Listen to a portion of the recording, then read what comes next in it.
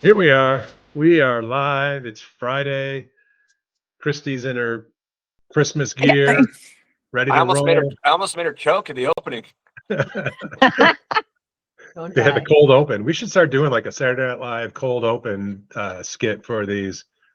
We'll put it out there for the audience to a vote. You know, I'm always amazed at how Barry Habib and the NBS Highway team, like they always have awesome music on their daily things, and I'm like, have they never gotten like a letter, like Oh, about like just tip for everyone out there that runs trade shows. We at the California NBA that got a lawsuit. There's a litigating crew that goes around from conference to conference. And if you play like music or you have a DJ and you don't like pay this licensing fee, they're just going around trying to sue you in your conference. it's crazy. It's crazy. It's been happening for a long time. Restaurants. Sorry, Christy. Go on. It's been happening for a long time. This is how artists make their money, and they get paid per stream. And you can actually sign up for a service where you can track that and pay. It's pennies. Like, it's not very expensive. Right. So yes, you should do it. Maybe Barry signed up so that he Yeah, doesn't get, maybe he is. Yeah. Well, we obviously signed up, but like we didn't know, we were gonna get sued for having a DJ. Yeah, right. I mean, just trying to play some jams to set the You tone. got sued? You got sued or you got like a demand letter? Because What a demand letter. Same it it is There not was the a- same thing. Be careful. What is it? What is okay. it? All right. I apologize. You You technically don't you're have to apologize. I just thought it was a bit aggressive because I know like a lot of local restaurants, like if they play music during football games or any of this other stuff, they're starting to get demand letters. It just yes, it around was a demand. us.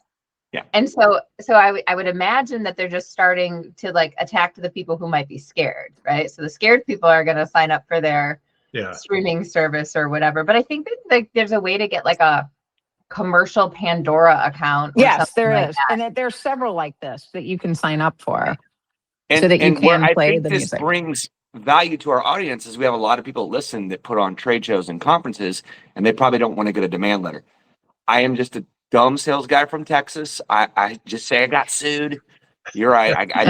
We didn't get like There's got a a reason court. why there's lawyers in the world. There are very few Yeah. reasons. Very few Yeah. reasons. That you know what? Whatever. We paid the money. We signed up for the service. The tunes are back on. I'm so glad you're not sued anymore. That's right. Pay attention to those demand letters. Well, guys, it's Friday. This is the last word, a Chrisman Commentary weekly show, and we're streaming rapidly into year end, but there's no lack of stuff going on, right? Fed meeting this week. We'll get into that. Kind of what the dot plot looks like. We'll get into that. Last night or late yesterday, we got the executive order around AI, and state versus federal regulation. We can get into that. Before we jump into any of those, any potpourri stuff you guys want to cover before we get into it? Sharon Moore is being arraigned right now, live on the last word. Well, not on the last word, adjacent to the last word. So, no, don't encourage people to watch something else. What are you doing? It's like the biggest. No, I'm it's like saying the biggest faux pas in media. Here for color commentary on the live arraignment. We've been waiting for days to figure That's out right. what Put it on the happened TV in the here. background. Put it on the TV in the background and watch us. Exactly. Well, right. There's a lot of. I mean, the mortgage industry is old and crusty, and there's a lot of old men that like to talk about sports ball and go to the golf course and all this other stuff. So this is perfect commentary. I could tell you as an aspiring younger but want to be an old man to look back on my life from a golf course and talk about sports analogies. Yes. I don't give a damn about the Michigan football coach, to be honest. Like the whole program, no offense. I know you guys are in Michigan. It's a big deal to y'all. And it's Big Blue and all these Yankees. It's a bigger deal. It's a bigger deal to Brian and I, though, because we've been hearing for years about Mel Tucker as Michigan State grads and fans. And so the Michigan State rival, I mean, I know rivalries are big. The Michigan State rivalry is a really big one. And like there's always the nitpicking about the coaching stuff. And I mean, I think that we're just finding out once again that, there are good people in power and there are people with question marks over their heads in power, and more frequently we're seeing question marks. Which is, I mean, this whole thing as it unfolds. By the way, Sharon this week said, "Hey Mel, hold my beer." Yeah, dad joke and the sports joke at the same time. Exactly. Yeah. The story is crazy, and the memes are even better. The memes are even better. But anyway, back to the mortgage business. Yeah, sure. Okay. Sure. Leave the sports talk to sports talk, okay? Or the sports ball talk. I think I love that Courtney brought up sports talk to lead into our I'm just trying to fit in, right, bro? Like I'm trying. You got it. You're great. You're like a chameleon. You can fit in everywhere. Just yeah. I just blend right in wherever I go. Issuing demand letters. Yeah. I mean, Machu Picchu, the Michigan Mortgage Bankers Association swim up bar. It does wherever you went last week. Wherever you are. Wherever you go. You're wherever you are. Wherever you go, that's where you are, Courtney Thompson. That's right. Wherever you go, there you are. That's a great line from Mad Max. Is that where it is? Yeah. Yeah, Beyond Thunderdome, the one with Tina Turner. Okay, so we covered sports ball. Christy, what do you got before we get into the other stuff? I don't know that I have anything that is anywhere near that interesting. I was just doing the countdown to the days of Christmas, and this would surprise you all that I'm kind of a planner, and I have like an app and a spreadsheet for Christmas presents, and I start kind of in the summer and start thinking about it so they can be very personal. And at this point, I realize we are 12 days ahead of Christmas, and I have ordered like 3 gifts. So I'm feeling that panic rising. But then sometimes we need to do things that are local. And there are so many people in our communities that are hurting for a lot of different reasons and may not be eligible for certain types of assistance, or they may not have had their issue show up ahead of being able to apply to be on the angel tree or whatever. So I would encourage you, this is something that we have done as a family. We are helping some folks in our local area that wouldn't normally apply for assistance. And so I would encourage you everybody who's listening to this show, if you haven't bought all your Christmas presents yet, or you have a little extra cash that you're in a blessed state at this particular moment, figure out, who is in your neighbors, who's in your sphere of influence that might need a little extra help, or knows somebody that needs a little extra help, and do that instead of consumerism. So we're doing that, and it actually feels really good, and it makes me feel like I'm not as far behind. So it has kind of a double bonus. Yeah, I love that. Amen to that. I mean, it's a lot more wholesome than all the neighborhood dads getting together last night and supporting the local dive bar. But I will say my wife and kids, they do, different things and donate time. And there's these different, like these little places that they go, like I'll see on the calendar, like, oh, mom and Kayla are going here and donating time at the local, this and that, so it's very, I agree. And you said we're 12 days out from Christmas. Were you going to queue up the song and start playing it? I mean, no, but I'm going to try to avoid buying my presents at the gas station on the 24th ahead of, having to wrap them that night. I could just tell you, like one of my favorite things about owning a Tesla for 6.5 years is I don't go to gas stations. I don't see all the sketchy people and then all the late nights where I feel like I'm going to get stabbed or murdered. Yes, even in here. It's a blessing to not have to go to gas stations. And I went to my first Buc-ee's about a month ago, and it was okay. I'm not a huge Buc-ee's fan either. I know it's like a sin to say that in Texas, but I have had my photo taken with the actual Buc-ee. There is an actual Buc-ee, and I have had my photo taken with him. I'm a Sheetz guy. Sheetz is Sheetz and Excel? Wawa. Excel? No. SHEETZ. So Sheetz and Wawa are like the competing gas stations, station, mini marts or whatever. I think that's a Pennsylvania thing, but we're getting Sheetz here in Michigan. Great sandwiches. Yeah. Look, at some point on Christmas Eve, the gas station is the only thing still left open, and if you have not bought your present, you may end up at the gas station buying it. So hey, Friendly Well- tip, guys. Friendly tip. There's this app I have on my phone. You might be familiar with it. Has I was like, I know where you're going with this one. Was that the invocation for us to start talking about AI, or are we going to talk about the Fed? Let's that talk was about Amazon. AI. But yeah, let's talk about let's talk about AI. I think this is the most interesting topic. Let's start there.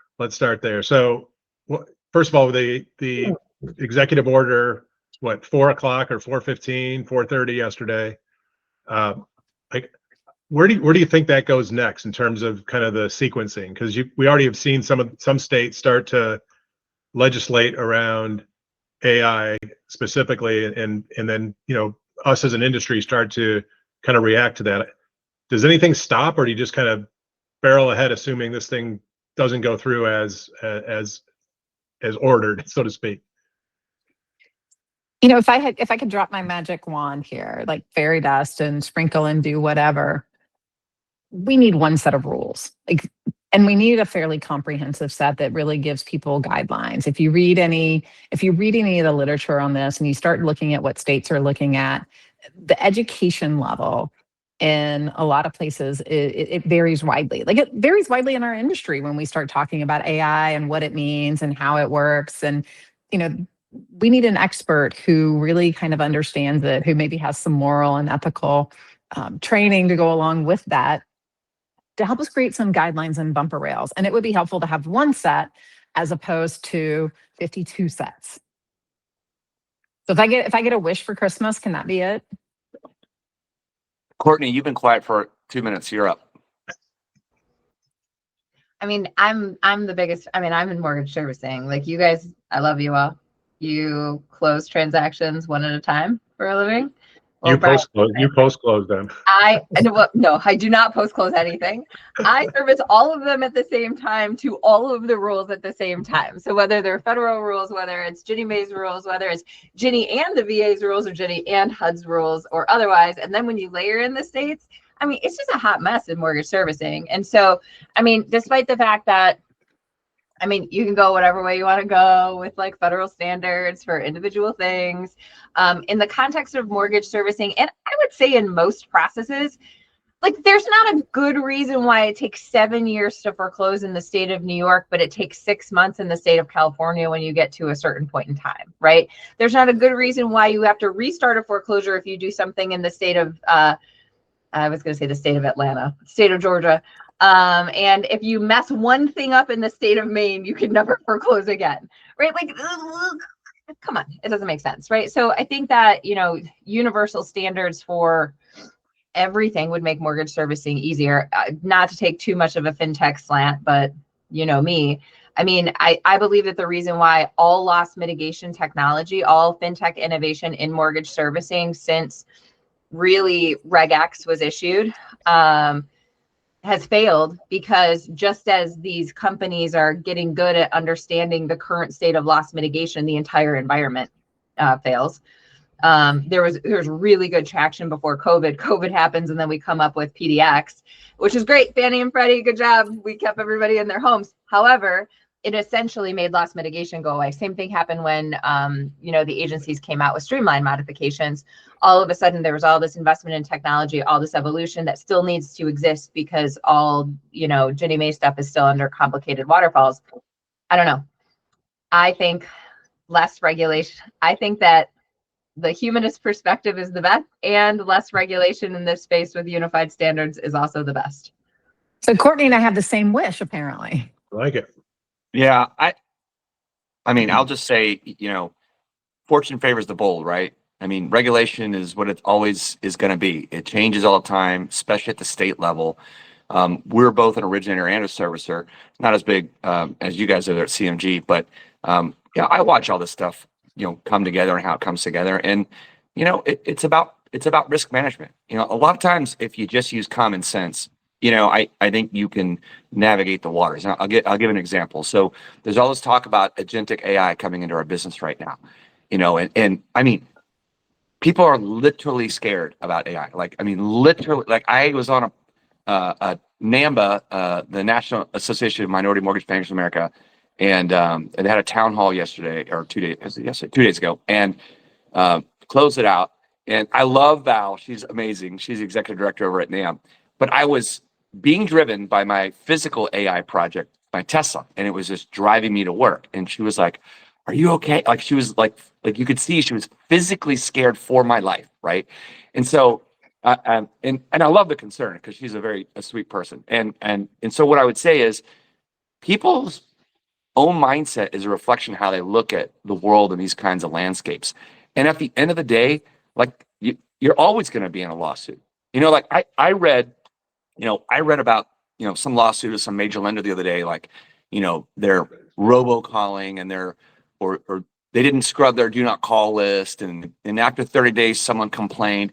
And I'm sitting there like, they probably like closed like $4 billion in loans off that. So what's a few $1,000,000 in a lawsuit? You understand? Like, it's like, and some people just think differently. Like they're going to go out and win and dominate, and they don't care, and they'll clean up the repercussions later, and they'll just work it out. I'm not saying like that we should all act with that extreme. Yes, there should be governance. Yes, we should know what we're doing. But let me give an example where origination and servicing comes together. AI voice, we don't have a huge portfolio. Let's call it $4 billion. All right. Hey, bot, it's Friday just after 10. I'd like you to call every single person in the portfolio and offer them a refinance, like by the end of the day. Now that's an extreme example. I wouldn't do that. But like, just think if that was the task that your owner said, I want to do, right? So then it's like, okay, well, does our disclosure say it's okay? Did they opt in? And then now that AI, right, it has to have its own language, which no one put on any of the disclosures anywhere until even just this year. So now it's like, okay, does my opt-in process, is it clear? Is it clear that a virtual assistant will be calling? Am I clear? Do I have an existing business relationship, right? Because it's in the portfolio.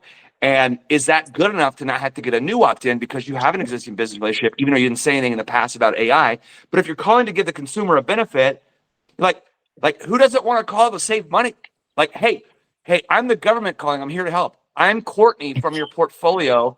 I'm calling to save you money. I'm virtual Courtney. I'm calling from Machu Picchu. I'm here to save you money. What level of compliance do we have to get to before we use common sense? Like, look, give them a call, try and save money. If they don't want you calling, have a clear way to go to opt them out, and we'll move forward. But I think a lot of companies are really like tying their own hands behind their back when it comes to how they're going to roll out all these AI projects. And that's just one example. Agentic AI texting, processing, underwriting, closing, servicing. I mean, I could go on and tell you everything that's out there. Data extraction, due diligence, it goes on and on. So, if we're going to sit down and wait for the government to tell us what to do, it's probably not. I mean, and I'm not saying that's what anyone said. I'm just saying that that's what a lot of people think. But it is nice to have clarity and certainty. Yeah, I think in the case of AI specifically, let's just say it's not task, and maybe it's more, marketing oriented or outreach oriented. How do you decide which state is responsible for this particular action from AI? So I just think I think in this particular case, all our business for sure, but every industry is probably better served with a single set of guardrails that we can kind of live by. The bigger question is who at the federal level is going to enforce it and oversee it. Well, maybe not the next 3 years, but maybe the next administration. Can you guys tell my espresso just kicked in? Go ahead. Well, no, I would also say who at the federal level understands it. And that's not to say that the individual people are that I'm not saying that they're ignorant, but at the end of the day, well, no, I am saying that they're ignorant, but I don't mean it in the negative way. I mean it in the they don't know way. I mean, I can't tell you the number of folks that kids with backpacks that would come into large financial institutions that I was working with who were going to apply federal rules. And one, they didn't have a mortgage. Two, they weren't in law school yet when the crisis happened, right? And three, their findings were what was going to come over to enforcement. But even more so, there's a lot of fancy, we're back to it, Kevin, lawyers who have been in these with backpacks. Lawyers with backpacks. Some of them I was confused with the kids with backpacks. No, actually, I'm still laughing about the kids with backpacks. That's actually really funny. I'm totally going to steal that from you. If you were there, you know how bad it was. And I didn't have a backpack. No, but I mean, I think a lot of these folks, if you have not worked a job in operations, a job as a lawyer, a job as a consultant, a job in policy, you don't actually understand the downstream implications of the credit decisions that you're making at the end of the day, and particularly the deployability of those things in systems that are 40, 50, 60 years old, right? Which is still what we're doing or dealing with in the context of mortgage. And I throw that out there because, you know, I always think that more thought is better. And, you know, you have to have the right people at the table to make these decisions to really understand the, I don't know what this is, but I'm sure Kevin can come up. It's like a funnel, and then there's like something that's wavy in the middle of it. A waterfall cascade? Is that what yeah. Well, I mean, you don't understand what, I mean, it's easy to say we should have 50 standards for that, but like, is that even deployable in a time period that's reasonable where you're not ending up harming people on the back end of it? Question mark, right? And something to think about. But oftentimes what's left out of these conversations is, where's our psychologist in this? Because people don't behave the same way. And they certainly don't behave the same way when they're having to go through a loss mint process, right? Like there's a lot of differences that occur during that period. Like when you're in financial struggle, you behave differently than you do when you're not. Yeah. And are we thinking about that as we think about how we deploy things in servicing, and particularly in the loss mint process? And are we thinking about how we do that? How do we handle that maybe up funnel in a way that helps us with our loss mint process later on? So I don't think that we're always bringing people to the table, Courtney. Well, we don't. And I can tell you firsthand that I was one of those ignorant people when I came from consulting for the federal government and the independent foreclosure review. And then I started working at big national bank that was under one of the first big consent orders in the context of loss mitigation. I came in there holier than thou too without a backpack. And I was like, why do you guys get this stuff wrong so much? Right. And when you get there and you understand what people are dealing with and who is performing these functions and how it all plays out and the feasibility of it, it's pretty scary. Now, I would at this point in my career say that the lack of evolution in technology in the mortgage space in particular is arguably criminal. But that's a private enterprise too. They at least should get a demand letter. I'm sending a demand letter to ICE Invasion today. Can we talk about Jay Powell's swan song at least a little bit? I mean, it's kind of a big deal. Yeah, we got 6 minutes. Go. Jay Powell. Yeah. I thought it was funny. It's always fun. It's a parlor game, like trying to predict what's going to happen, what they're going to say.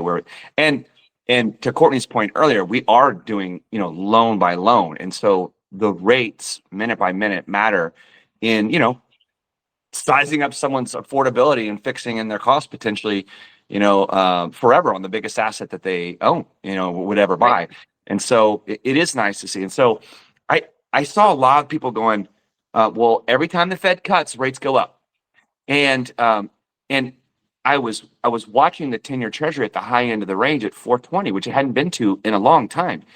And like that's what, and so that was kind of true in anticipation of the cut. And then everything leading up to the cut was rates getting worse. And so the day before the Fed press conference, one of my teams in Las Vegas was like, everyone watching those before, you know, the Fed announcement, because rates are going to go up. I was like, nah, not so fast. You know, if you look at technically where we are on the 10-year chart, we're actually kind of at the high end of the range that we've been in for quite some time. And so I actually think it's possible that rates get better. And then the statement by Chair Powell was not as hawkish as everyone expected. I mean, honestly, like I think this is his last press conference as the chair before likely this month or next month, his replacement gets announced, and then he's a lame duck, right? He's a lame duck president. Everyone will be talking about, you know, whether it's Kevin Hassett or Governor Waller, like, what is the Fed going to do? And it's so important what they do, because everything is about money, you know, like Courtney, you bring up, like, why don't people invest in tech in servicing? Well, because you make like this little much per loan, right? And until you get this critical mass like CMG has, where you are making massive amounts of money because you spent years, then you can invest in it. But along the way, I mean, it's hard to do it. But in mortgage, you go through these little like refi booms where suddenly lenders are flush with cash. It's like, okay, what's my next project I want to invest in? So I think it's important to see the flow of money, see that, the Fed, they put out a dot plot, which I think is important. And next year they see one cut, the market sees two. And then 27, they see another cut. And so, it all depends on labor at this point. But he was basically saying the economy's in a good spot. Inflation's trending down, especially on shelter, which we know is the biggest component. And labor is not good. So I thought it was kind of a sweet spot setting up for 2026 for our industry. I'll take that. That was a good summary. Like I still think it's going to be a tough year. Like we're not into an easy year yet. There's going to be a lot that happens in 2026, and we, with the changes in loss mitigation for our Ginnie loans, and how we're having to think about the impact to individuals that aren't as on top of this as an everyday thing, and what that means for servicing values and what it means for so many different things. This is not going to be like we've surpassed the problems that came because of COVID, and now we're into the standard kind of easy year. I think companies need to be super diligent in what they think about from their strategic planning. They need to be looking at all of these factors. And they need to have some contingency plans. As a bank or a financial institution, credit unions, they do stress testing. And so do some stress testing of your plans. You as an originator, you as a company owner, as a leader, whatever that is, I would suggest creating a couple of different models and thoughts for like what could happen next year and how would I behave?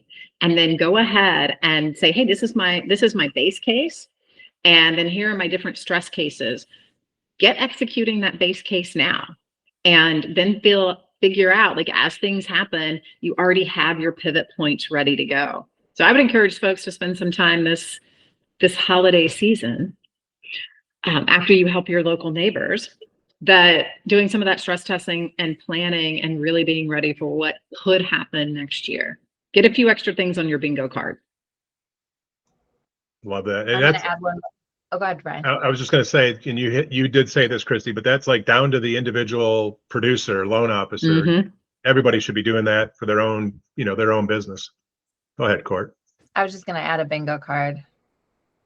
We keep talking about AI. We keep talking about fast deployability of AI. Heck, Kevin is going to call every single one of his customers and offer a refi today with robot. That's what we just heard today, guys.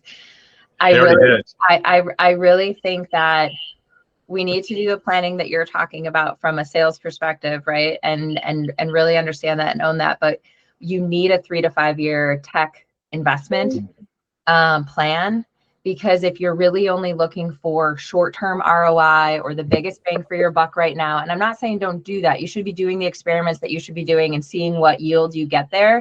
If you don't have a 3 and 5 year vision from a tech deployability perspective, how you're organizing your data, how you're going to keep up in the environment for the people that do have 3, 5 year, 10 year investments, the ones that are already deploying AI, you're going to find yourself in a short while with maybe a little bit better interest rates and a little bit more volume, but a tech strategy that's not going to be able to keep up with the rest. And I think that you really do need to decide what you can invest, even if it's a little bit, and think about what you can do over time with that, instead of insisting, and I hear this from a lot of people, well, what's the ROI immediately? And what does ROI mean in the context of, trying out these new tools, understanding the benefit of them, and maybe good experiments like Kevin was talking is a good way to dip your toe in the water to see the expansiveness of, what is available in a world where Gen AI exists.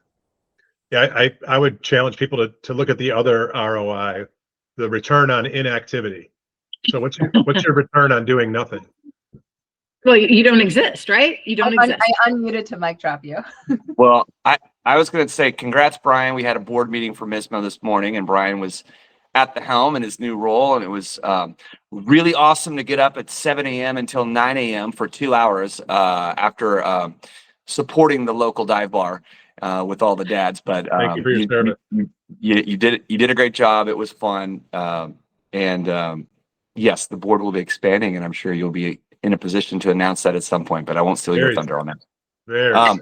And hey, KP, maybe you could support that little app that he showed us earlier. They have this thing called Cheers, that if you take that after you support the local dive bar, it'll make getting up at 7 a.m. much better. Oh, right on. Good tip. Yeah, I know we're trying to wrap it up, but I feel like our business is stress test every day. I feel like a lot of businesses have a plan every day. And I will just say, from a mindset standpoint, Brent Gleason was a Navy SEAL and came and spoke at our company a few years ago. The only easy day was yesterday. So like, get used to it. You know, nobody cares. Work harder. Just keep plowing forward. I mean, that's life. And to your point, Courtney, I agree. Let's have a vision, right? Like, have a vision. I envision every single time I read some drunk guy 2 miles away plowed into 8 junior high girls running after school. No one died. And then a kid in 8th grade got killed going to school. And I'm like, everyone should have full self-driving AI. There should never be a drunk driving death ever again or an accident. Our elderly parents should have freedom for more years because they have this car that drives them everywhere. We will have robots or whatever you want to call it, Courtney, you know, virtual assistants. But that should give us a lift and give us our time back so we can do more human relationship building and really dig in and help first-time homebuyers. So that's it. Brian, back to you. Love it. Well, guys, I think we have one more of these before the holidays kick in. So next Friday, we'll be back here. Thanks to the audience for tuning in. And this was The Last Word, a Chrisman Commentary presentation. And with that, we'll let you all get back to your Friday schedules. Cheers.